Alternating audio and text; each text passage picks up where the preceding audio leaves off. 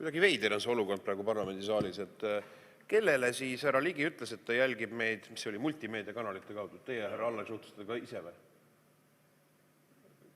Kes see inimene oli, kellega ta suhtles? Me saatsime inimese otsima teda. Ja see inimene siis tegelikult sai teada, Jürgen Ligi kinnitas, et ta on elu ja tervise juures, aga ta pidi lahkuma kiirelt parlamendisaalist. Ligi tormas parlamendisaalist minema pärast minu küsimust. Ja minu küsimus oli väga lihtne ja konkreetne, mis puudutas selle koalitsioonilepingut, kus on öeldud, et vähendame riigiametite personali ja kulusid 5% võrra. Ja mida vastas mulle rahandusminister? See ei ole minu koalitsioonileping.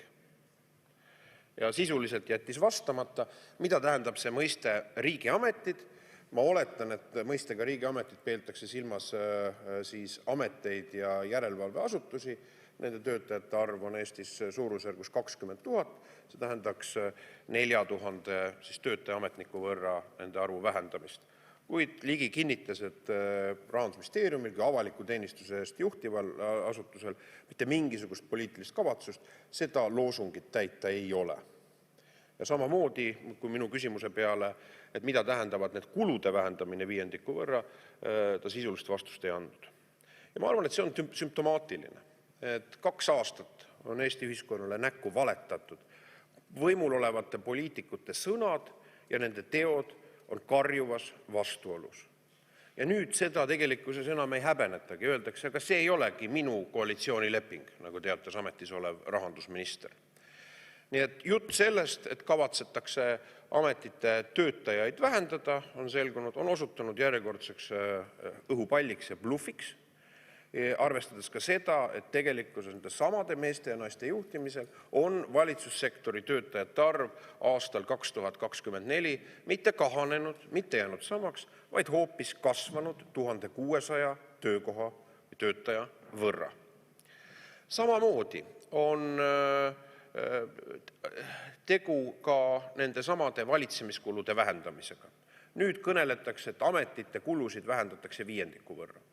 Eelmise aasta suvel, eelmise aasta sügisel ametis olev rahandusminister teatas, et valitsemiskulud koalitsioon on kokku leppinud valitsemiskulude vähendamises 2025. aastal 5% vastavalt majandus-, personali- ja seadusest mitte tulenevate toetuste näol.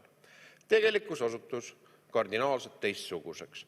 Need valitsemiskulud Riigikontrolli hinnangu järgi hoopis sellel aastal kasvavad eelduslikult eelarves 155 miljonit eurot.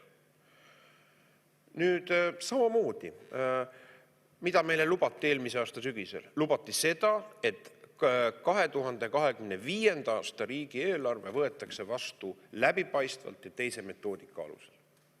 Ka see osutus valeks. Tegelikkuses ühiskonnal, aga ka parlamendil on võimalik saada üldse aru tagasivaatepeeglist sisuliselt 1,5-aastase viivega, mis riigi rahajuhtimises toimis. Nii tänaseks me teame 2024. aastat puudutavalt, et eelarves kasutamata vahendeid on vähemasti 1,7 miljardi euro jagu. Selles koalitsioonileppes, mille kohta Jürgen Ligi ütles, et see ei ole minu koalitsioonileping, oli ka kirjas muu hulgas see, aluspõhimõtetest õigemini, nagu seda siis tänane poliitiline juhtkond nimetab tegevust, kuidas nad oma poliitilist tahet siis püüavad määratleda, et riigi äriühingute vähemusosalusi kavatsetakse viia börsile. Ja 96 tundi pärast seda teatati meile, et sama rahandusminister Eesti Energia üldkoosolekuna on andnud suunise selle kohta, et Enefit Greeni vähemusosalus ostetakse börsilt tagasi. Ja seda tehakse kuidas? Tehakse siis Eesti Energia genereeritud võlakirjade abil, mille intressimäär on 8%. Et niisugune äriline skeem hoopis rakendati tagurpidi. Ja jällegi näete, sõnad ja teod on põhimõttelises vastuolus.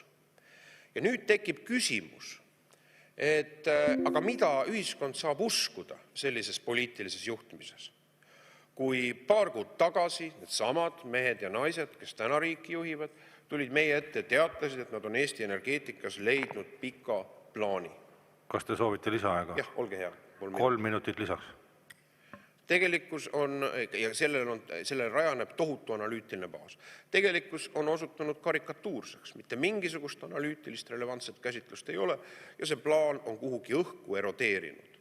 Ja ühiskonnas on ainult küsimärgid, mis on meie energiapoliitilised valikud, mida õigupoolest siis tehakse.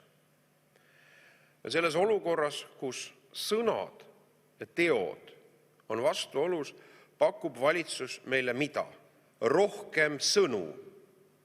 Koalitsiooni läbirääkimised sellel seltskonnal, kes on juba Eesti riiki 2 aastat juhtinud, kestavad, nagu me oleme kuulnud, maikuu lõpuni.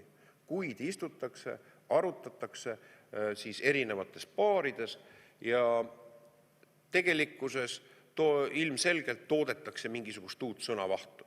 See A4, mida toodeti, nii nimetatud koalitsiooni alusleping, on nendes konkreetsetes osades, mida püüti määratleda, on juba, kui ma konkreetselt ütlesin, seesama riigiametite töötajate vähendamine ja kulude vähendamine 5% võrra, on rahandusministri sõnadega juba täna siit õhku lastud. Teine küsimus, mis puudutas näiteks äriühingute börsile viimist, on samuti osutunud blufiks. Ja samuti see, mis puudutab energeetika ümarat häma, niisugust loosungeid, mida meile pakutakse, siis tegelikkuses ei ole sellega funktsionaalselt ühiskonnal midagi peale hakata. Nii et kehv on praegu asjade seis, mis puudutab ratsionaalset juhtimist, mis puudutab riigi personalipoliitika valikuid ja mis puudutab loomulikult ka riigi rahapoliitika valikuid. Otsused, mis tegelikkuses on langetatud ka maksusid puudutavalt, paraku tähendavad seda, et Eestist saab sellel aastal seoses maksutõusudega ja ennekõike kaudsete maksutõusudega saab Euroopa Liidu hinnatõusu tšempion. Ja sellel on esiteks halb mõju meie sisetarbimisele, selle läbi ennekõike väikeettevõtlusele ja Eesti ressursil rajanevale ettevõtlusele ja sellel on halb mõju nii töötavate inimeste kui eakate inimeste toimetulekule. Ja need on baaspoliitika valikud, millest paraku ei kõnelenud siin esinenud ja saalist põgenenud minister mitte sõnagi. Aitäh!